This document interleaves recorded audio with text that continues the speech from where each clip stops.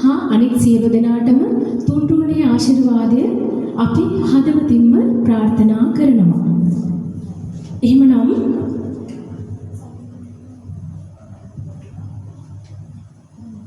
තාත්තා වුණත් මා බත සාරි කරන ගීතය තමයි අද ගායනා කරන්නේ.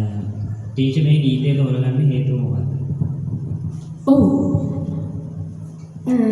අපි මේ වගේ ගීතයක් තෝරාගත්තේ මේ ගීතේ හරිම අපේ අම්මගේ ආදරයේ සෙනෙහස ඒ වගේම තාත්තගේ ඒ රැකවරණය හැමදේම මේ ගීතයේ ගැඹුරේ තියෙනවා.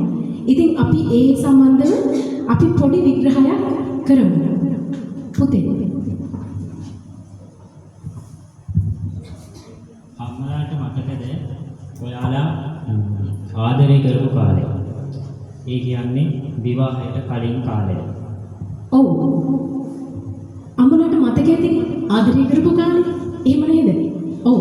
ඔබේ අතගෙන පෙර සැඳෑවක උයන් තෙර හිඳ ආදරේ.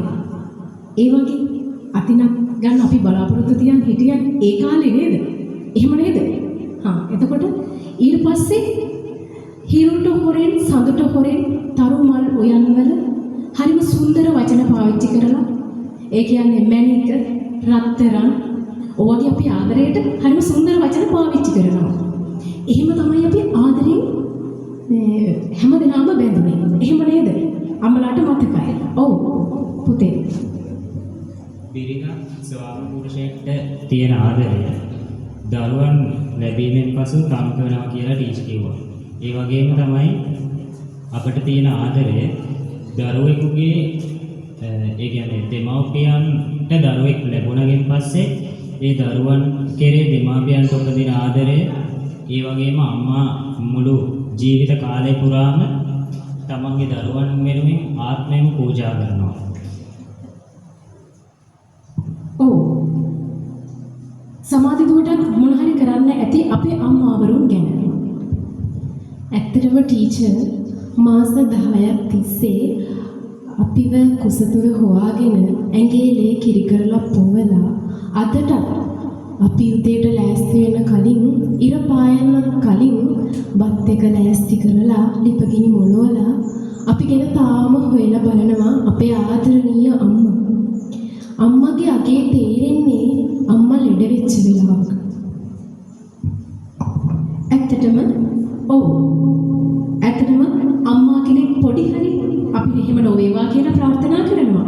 පොඩි හෝ අසනීපයක් වුණාට පස්සේ තමයි අම්මා කෙනෙක් අතින් ඇත්තටම කෙරෙන වැඩ කටයුතු ටික ගැන ඇත්තටම තාත්තා කෙනෙක්ට හෝ අනිත් ගෙදර ඉන්න සියලුම දෙනාට ඒ ගැන සංකීර්ණ බව තේරෙන්නේ.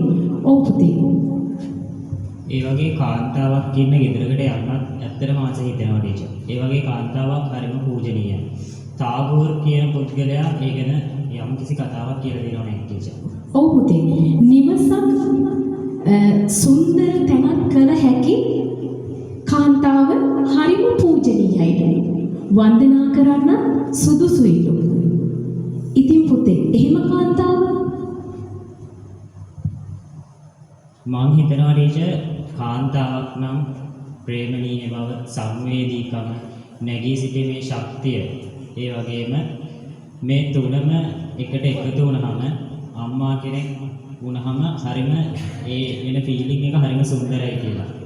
ඉතින් මේ ගීතේ තේරුමට අපි යමුද ටීචර්? හරි පුතේ අපි යමු මේ ගීතේ තේරුමට. දහවලක් රැයක් නොබලා ඔවුන් ඔබ හා රැඳෙමින් ඔබ වෙහෙසෙන විට මට ඔබ කෙරේ ඇතිවන ආදරය ඔබ දුටු මුල් දිනේවත් දැනුණාදෝයි සැකයි. ඔව් පුතේ. ඒ තරමටම මාගේ හිතේ ආලය ඔබ කෙරේ උතුරා බලා හැරෙනවා. කවදාවත් ඔබ කෙරේ මෙවන් ආදරයක් ඇති වී නැති බව සත්‍යයි. මේ ගීතය හෙළේ මහා ගාන්ධර්වයා WD අමරදේව ශූරීන්ට උපහාරයක් වේවා. තාත්තා වුණ මා බත සාරිකා. ඔව් අපි යමු ගීතය අහන්න.